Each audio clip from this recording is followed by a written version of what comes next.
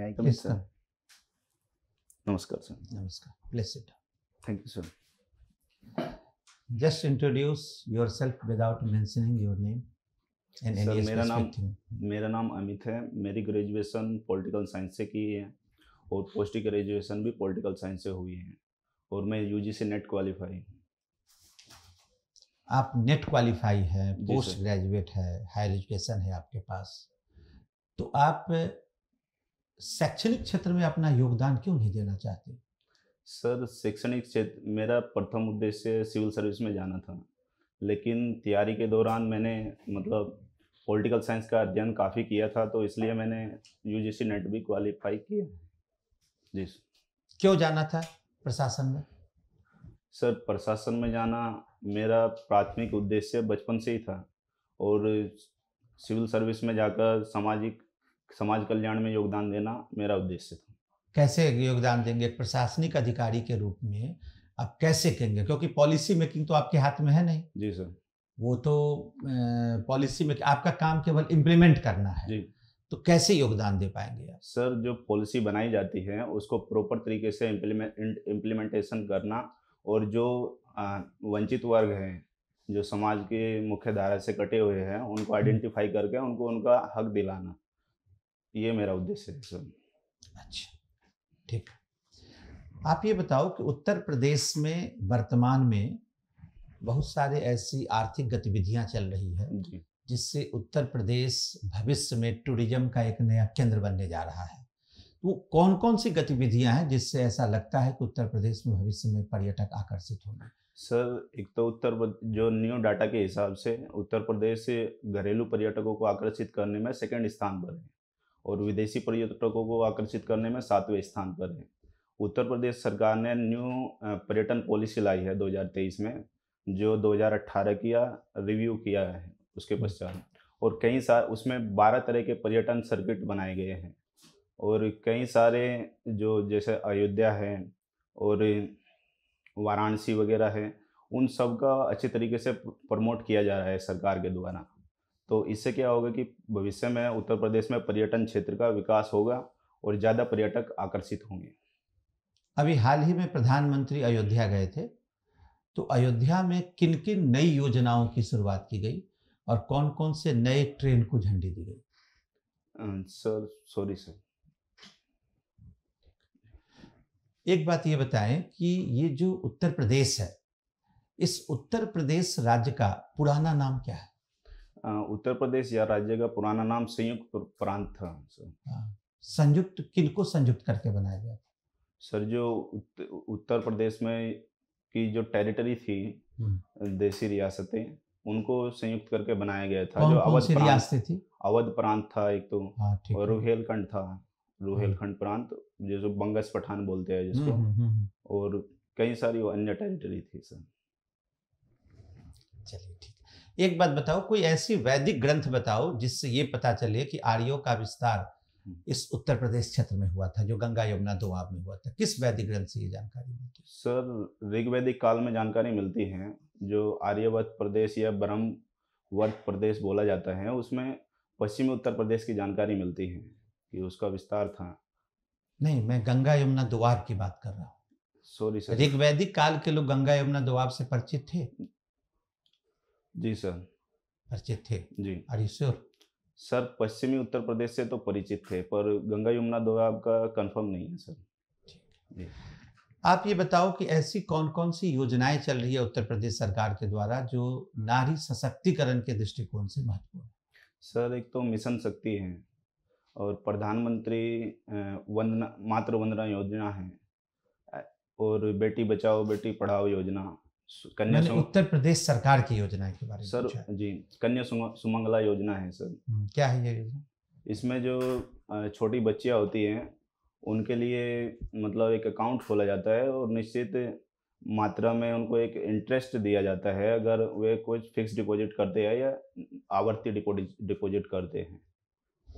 केंद्र सरकार की एक योजना है सुकन्या समृद्धि योजना। जी। क्या है वो योजना? सर, सुकन्या समृद्धि योजना डाक खाने में एक अकाउंट खोला जाता है जो बच्चियों का होता है और 18 वर्ष तक का मतलब वो उसमें डिपॉजिट किया जाता है और उसमें एक निश्चित मात्रा में इंटरेस्ट दिया जाता है। अभी सरकार ने उसको 8.2% कर दिया है उसको। अधिकतम कितनी राशि आप एक वर्ष में जमा कर सकते हैं उस सुकन्या समृद्धि योजना के तहत? सर कंफर्म नहीं, सॉरी। ठीक सर। यूजीसी हमने किस सब्जेक्ट से किया? पॉलिटिकल साइंस और इंटरनेशनल रिलेशन। पॉलिटिकल साइंस से हमने किया। जी सर। संप्रभुता से आप क्या समझते हैं? संप्रभुता एक राज्य की संप्रभुता में राज्य को निर्णय लेने का स्वतंत्र अधिकार होता है, बाह्य और आंतरिक दबाव से मुक्त होगा। जी। राज्य के लिए क्या संकल्पनाएं हैं? हम किसे राज्य माने? सर राज्य के लिए चार पैरामीटर निर्धारित किए गए हैं। उसमें एक निश्चित भौगोलिक क्षेत्र, जनसंख्या, सरकार और एक संप्रभुता। तो जैसे उत्तर प्रदेश जी को हम राज्य मान सकते हैं? नहीं। सर पॉलिटिकल साइंस की भाषा में राज्य भारत को मानेंगे। उत्तर प्रदेश एक इकाई है राज्य की। राष्ट्र राज्य जी। पॉलिटिकल साइंस की भाषा में राष्ट्र राज्य और देश में अंतर क्या? राष्ट्र राज्य होता है कि राष्ट्र जो होता है वो उसको नेशन बोलते हैं। उसमें क्या होता है कि किसी भाषा, धर्म या विशेष प्रजाति के आधार पर कोई राष्ट्र बनता है। अगर फिर उसमें राष्ट्र मतलब संप्रभुता हासिल कर लेता है वो, तो उसको राष्ट्र राज्य की संज्ञा दी जा सकती है। और देश जो होता है उसमें संप्रभुता हो ऐसा जरूरी नहीं है सर। देश में संप्रभुता जरूरी है? नहीं सर।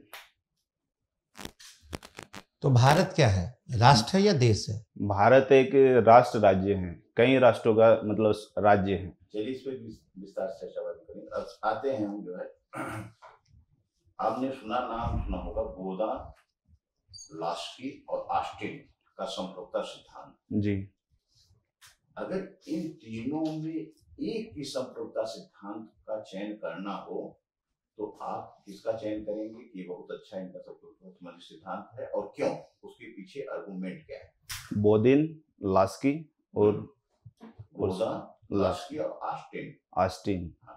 सर आप जी, आप तो इच्छा किया है। बोदिन ने सर शुरुआत मतलब संप्रभुता शब्द की प्रथम बार मतलब संकल्पना दी थी, लेकिन उन्होंने सारे पैरामीटर नहीं बताए थे कि संप्रभुता में क्या क्या पैरामीटर उसके होते हैं। अब लास्की की संप्रभुता सर मुझे थोड़ी कम जानकारी है उसमें, लेकिन ऑस्टिन की संप्रभुता का सिद्धांत प्रॉपर दिया गया है, उसमें पैरामीटर बताए गए। बहुलवादी संप्रभुता सिद्धांत और एकलवादी संप्रभुता सिद्धांत में क्या मूलभूत अंतर है? सर जी, बहुलवादी संप्रभुता सिद्धांत में बोला जाता है कि संप्रभुता किसी एक व्यक्ति या संस्था के अंतर्गत नहीं होती है, क्योंकि समाज जो बना होता है कई संघ, संगठन या समूहों के द्वारा मिलकर बना होता है, तो संप्रभुता का भी विभाजन उसी में होना चाहिए। लेकिन अगर हम इंडियन थिंकर की बात करें तो उसमें एक बहुत बड़ा नाम आता है कौटिल्य से चाणक्य। जी। इनका एक सप्तांग सिद्धांत है। जी। उस सप्तांग सिद्धांत पर अपनी दृष्टि डालें आप। सर सप्तांग सिद्धांत राज्य से संबंधित है। उसमें राज्य के 7 अंग बताए गए हैं। उसमें शुरुआत में सबसे प्रथम राजा या को माना गया है, जिसको स्वामी, और फिर अमात्य, जनपद, ऐसे करके मित्र, दंड, ये सब। ये जो 7 अंग हैं जी, शरीर के विभिन्न अंगों से इनकी तुलना की गई है। जी सर। तो दुर्ग क्या माना गया है? शरीर का कौन सा अंग माना गया? किसी को आंख माना गया, किसी कान माना गया, किसी भुजा माना गया। तो ये जो दुर्ग की कंपेयर किस अंग से किया गया है? सर गैस कर सकता हूँ मैं सर? हाँ करिए। बाजुओं से सर, दुर्ग को। कंफर्म है सर? गैस कर रहा हूँ। गेस कर रहे हैं जी। आप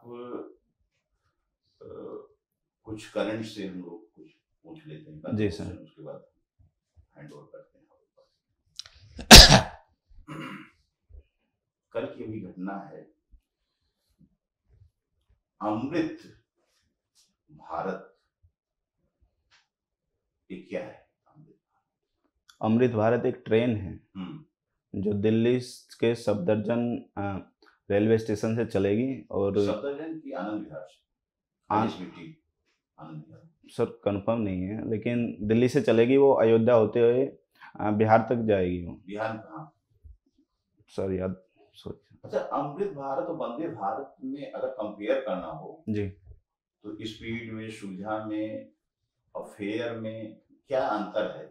सर जो वंदे भारत एक्सप्रेस है वो बनाई गई है मतलब लंबे जनरल जो डब्बे होते हैं उसके हिसाब से नहीं बनाई गई हैं। उसमें रिजर्वेशन के तरीके से चलेगी वो, रिजर्व कराया जाता है। जो आम आदमी है उसके लिए अमृत भारत ट्रेन चलाई गई है। अच्छा, एक अमृत भारत की शुरुआत कल एक और जगह से हुई है, कहाँ से कहाँ तक? एक तो आपने बता दिया जी, कि दिल्ली से शुरुआत हुई, बिहार के दरभंगा तक। दरभंगा तक। हाँ, दरभंगा तक आपने जी नाम नहीं बताया था, लेकिन दूसरी की जो शुरुआत हुई वो कहाँ से कहाँ तक? Sorry sir.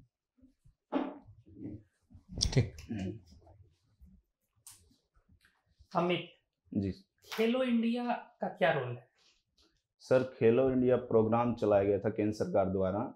उसका उद्देश्य था कि जो खेल प्रतिभाएं हैं उनको ढूंढना और बेहतर तरीके से प्रशिक्षण देकर उनको राष्ट्रीय अंतर्राष्ट्रीय स्तर का खिलाड़ी बनाना, और जो उनके प्रशिक्षण में रुकावटें आएगी उसको सरकार मतलब टैकल करेगी कि उनको कोई समस्या ना आए और प्रतिभा का विकास हो सके बेहतर तरीके से। अमित, आपने अधीक्षक कारागार पद 4th रैंक पे आपने चयन किया है। जी सर। ठीक है, क्या सोच के आपने ये चयन किया? क्योंकि इसके ऊपर भी बहुत सारे पद ऐसे हैं जो काफी अच्छे हैं जहाँ पे आप योगदान दे सकते हैं। क्या सोच के आपने अधीक्षक कारागार पद? सर, अधीक्षक कारागार होता है एसपी कारागार, वो डिस्ट्रिक्ट स्तर पर होता है, अधिकारी होता है जो जेल के से संबंधित होता है। तो बाकी सब पोस्ट जो है वो ब्लॉक डिवीजन स्तर की हैं इसमें, तो इसलिए मैंने किया सर। ठीक है, कोई विशेष कारण? और कोई नो विशेष सर। कारण? ठीक है, जातिगत जनगणना के 3 नुकसान क्या है? सर, जातिगत जनगणना एक तो टाइम ज़्यादा लगेगा सर, दूसरा कि जातिगत जनगणना से वोट बैंक की राजनीति संभव है, और तीसरा सर कि जातिगत जनगणना पहले से ही कराई गई है, 2011 में कराई गई थी, उसके आंकड़े जारी नहीं किए गए, तो वही जारी कर दिया जाएगा तो और अच्छा रहेगा जी। कतर की चर्चा आजकल भारत में हो रही है। जी सर। क्यों?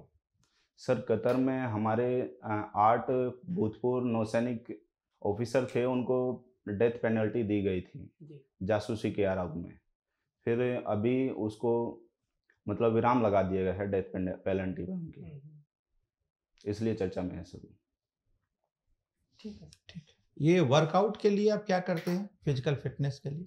सर, वर्कआउट के लिए मैं जिप जैप करता हूँ और पुशअप्स करता हूँ, और कई तरह के पुशअप्स होते हैं उसमें, और थोड़ा 2-3 बताएं कितने प्रकार के होते हैं? सर, अपक्लाइन पुशअप्स होते हैं, डिक्लाइन होते हैं, wide pushups, narrow pushups, diamond pushups होते हैं, वो सब करता हूँ। अभी आप कर सकते हैं? जी सर। ठीक, थैंक यू। ठीक है, thank you. Thank you sir. All the best. जी, थैंक यू।